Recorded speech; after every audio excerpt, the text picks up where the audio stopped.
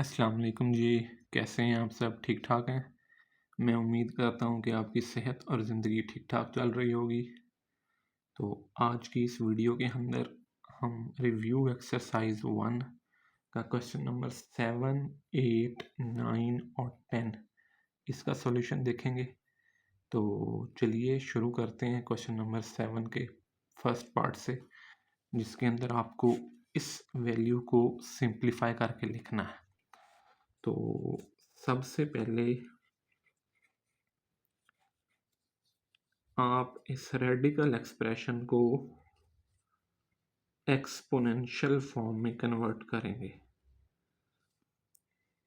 x की power 15, y की power 35 over z की पावर आ जाएगा 20 और होल की पावर आ जाएगी 1/5 नंबर 1।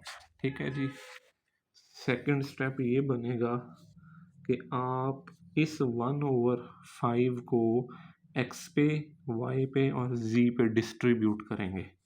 तो ये बन जाएगा x की पावर 15 होल की पावर 1/5, y की पावर 35 और होल की पावर 1/5 और z की पावर 20 और होल की पावर 1/5।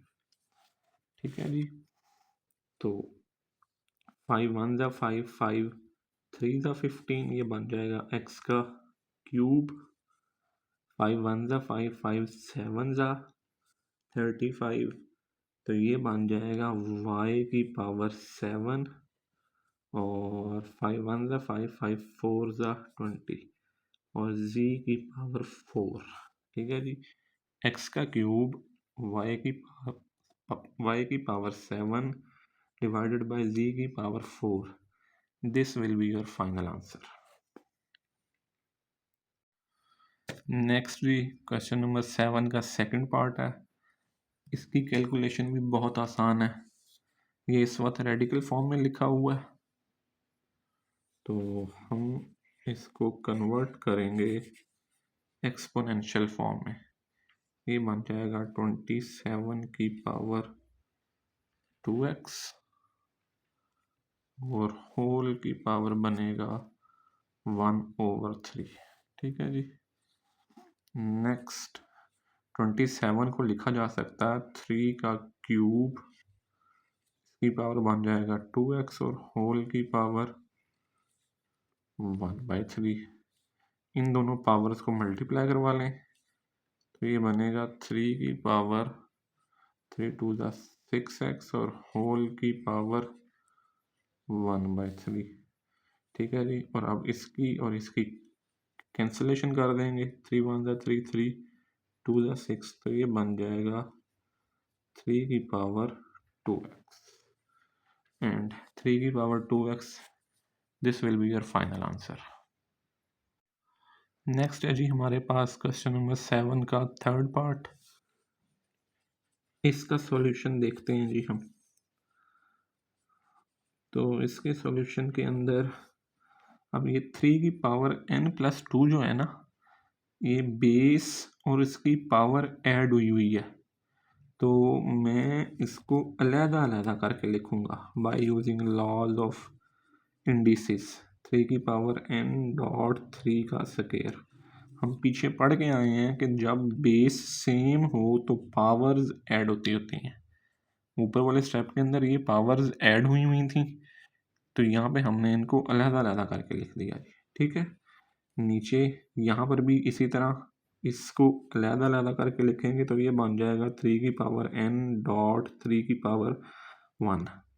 डॉट का मतलब मल्टीप्लाई और 3 की पावर n। अब ऊपर से 3 की पावर n कॉमन ले लें।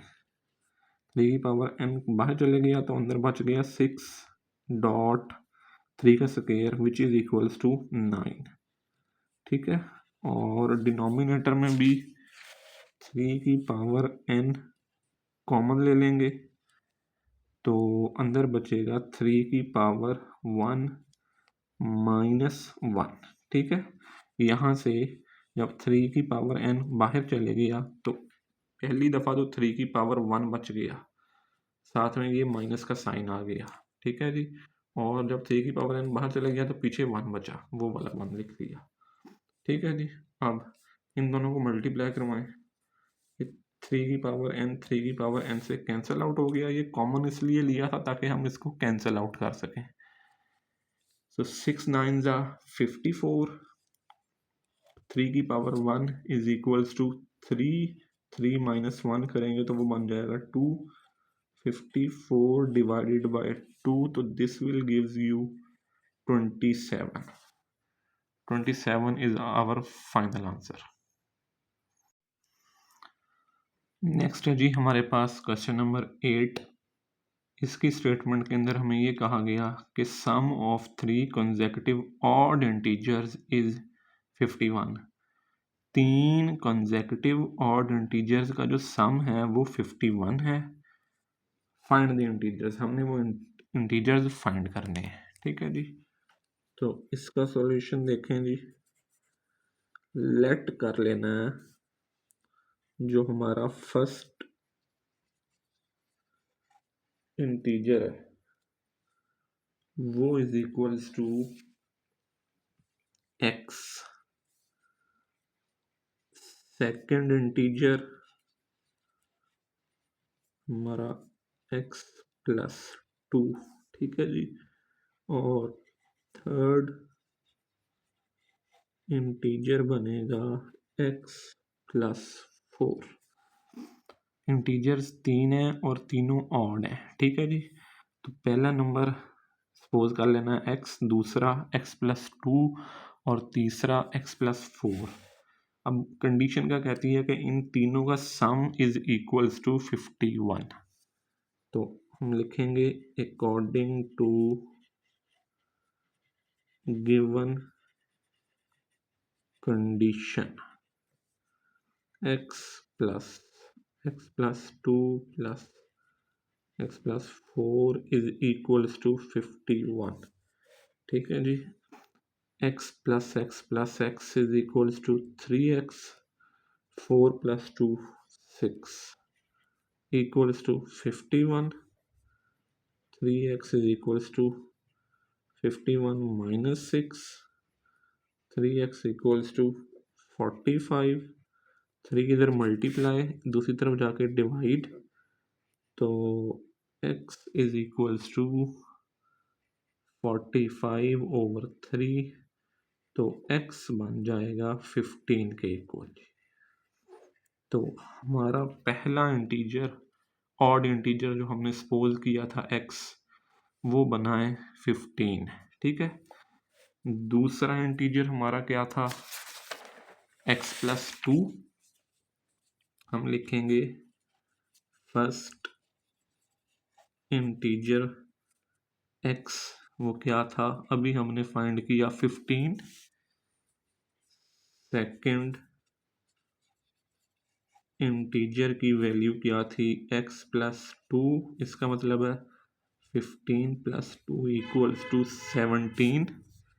और थर्ड इंटीजर की वैल्यू थी x प्लस 4, तो 15 प्लस 4 इज इक्वल्स टू 19, ठीक है जी। तो 15, 17 और 19, these are our 3 required positive odd integers जो हमने फाइंड करने हैं जी। अब नेक्स्ट है जी हमारे पास क्वेश्चन नंबर 9, जिसके अंदर हमें ये बताया गया कि अब्दुल्ला हैज़ 96 बॉल्स। अब्दुल्ला के पास 96 बॉल्स हैं और उसने उनको 2 टोकरियों में रखा है, ठीक है जी। नेक्स्ट फिर बताया है कि एक बकेट के अंदर 28 गेंदें ज़्यादा हैं as compare to the second bucket, ठीक हो गया जी। मतलब एक बकेट छोटी है और दूसरी बकेट बड़ी है। फ़र्ज़ करें कि अगर छोटी बकेट के अंदर 10 गेंदें हैं तो बड़ी के अंदर 28 ज़्यादा हैं 10 से, ठीक है जी। तो इसके सॉल्यूशन के लिए इक्वेशन बनाते हैं, लेट कर लेते हैं स्मॉल बकेट, जो छोटी बकेट है उसको कह लेते हैं नाम x का, और जो लार्ज बड़ी बकेट है उसको नाम दे लेते हैं x प्लस 28 का। ठीक है जी। कंडीशन ये कहती है ना, कंडीशन ये कहती है कि छोटी के अंदर फर्ज कर लें कि x बकेट्स हैं, x बॉल्स हैं, और बड़ी के अंदर 28 ज़्यादा हैं छोटी से। तो छोटी के अंदर अगर x थी तो वो x प्लस 28 बड़ी के अंदर आ जाएंगी। ठीक है जी। तो इन दोनों का जो सम है वो कितना है, 96, स्टेटमेंट में बताया हुआ। ठीक है जी। तो हम क्या लिखेंगे, according to given condition. Condition ये कहती है कि x प्लस 28 किसके इक्वल आ जाएगा, 90 और 6 के। ठीक है जी। तो ये बन जाएगा 2x प्लस 28 इक्वल्स टू 96। ये इधर प्लस उधर जाके minus, 2x is equals to 96 minus 28, 2x is equals to 60 और 8। तो x क्या बनेगा जी, 2 इधर मल्टीपल है, वहाँ जाके divide, 68 over 2 is equals to 34। ठीक है जी। x का आंसर क्या आ गया, 34। तो हमने ये बताना है कि दोनों बकेट्स के अंदर कितनी बॉल्स हैं। स्मॉल बकेट को हमने नाम दिया हुआ था x का, तो उसके अंदर आ जाएंगी 34 बॉल्स, और जो लार्ज बकेट थी इसके अंदर 28 गेंदें ज़्यादा थीं, उसका हमने नाम दिया हुआ था x प्लस 28। तो ये बन जाएगा जी 34 प्लस 28 इक्वल्स टू 60 और 2। ये हमारा जी फाइनल आंसर। नेक्स्ट है जी हमारे पास रिव्यू एक्सरसाइज 1 का आखिरी क्वेश्चन, जिसके अंदर हमें ये बताया गया कि सलमा ने 3,50,000 रुपया एक बैंक में जमा करवाया और 2 साल तक उसको ये अमाउंट जमा करवाने पे इस रेट के हिसाब से प्रॉफिट हुआ। ठीक है जी। और फिर इसके बाद जो इसी अमाउंट पे प्रॉफिट की रेशो थी वो बढ़ गई 8% तक। ठीक है। तो 7 साल गुजरने के बाद टोटल अमाउंट क्या बनेगी, हमने ये बताना है जी। तो सबसे पहले तो 3 चीज़ें आप लोगों ने याद रखनी है जो हमने फाइंड करनी है। सबसे पहले हमने इंटरेस्ट 1 फाइंड करना है, फिर इंटरेस्ट 2 फाइंड करना है, उन दोनों इंटरेस्ट की वैल्यूज़ को ऐड अप करके टोटल अमाउंट में ऐड कर देना है। ठीक है जी। तो सबसे पहले तो ये देखें, interest for 2 years, for first 2 years जो प्रिंसिपल अमाउंट हमें दी गई है वो कितनी है जी, 3,50,000 रुपीज़। किस रेट पे दी गई, 7 होल 1/4%। इसको ज़रा सिंप्लीफाई कर लें तो ये बन जाता है 7.25%। ठीक है जी। और कितने साल के लिए दी गई, तो time is equals to 2 years. तो सबसे पहले इंटरेस्ट 1 फाइंड करना है जी हमने। इंटरेस्ट का जो फॉर्मूला होता है that is P multiply by R multiply by T divided by 100। ठीक है जी। तो ऊपर वाली सारी वैल्यूज इस फॉर्मूले में पुट करेंगे। 3,50,000 rupees multiply by 7.25 multiply by time कितना था 2 साल और डिवाइडेड बाय कर देंगे 100 से। तो इसकी जब हम कैलकुलेशन करेंगे तो इंटरेस्ट 1 की जो वैल्यू या जो अमाउंट आ जाएगी वो आ जाएगी 50,750 रुपीज इंटरेस्ट 1। ओके जी। अब ये तो था 2 साल का। टोटल अमाउंट कितनी बताई गई थी 7 साल। 7 साल में से 2 साल निकाल दें तो पीछे कितने बचते हैं 5 साल। ठीक है जी। उन 5 सालों की कैलकुलेशन अलहदा करेंगे, उसके लिए रेट भी चेंज होगा। नेक्स्ट हम लिखेंगे फॉर नेक्स्ट 5 ईयर्स, अगले 5 सालों के लिए प्रिंसिपल अमाउंट हमारी वही रहेगी 3,50,000 रुपीज। रेट हमारा हो जाएगा 8% और टाइम हो जाएगा 5 ईयर्स। फिर इंटरेस्ट 2 वही formula P multiply by R multiply by T divided by 100। तो ये बन जाएगा जी 3,50,000 rupees multiply by 8 multiply by 5 divided by 1 और 100। तो इंटरेस्ट 2 की जो टोटल अमाउंट बनेगी वो आ जाएगी 1,40,000 रुपीज। ठीक है जी। अब नेक्स्ट हमें ये करना है कि इस अमाउंट को और इस अमाउंट को ऐड कर लेना है। तो हम लिखेंगे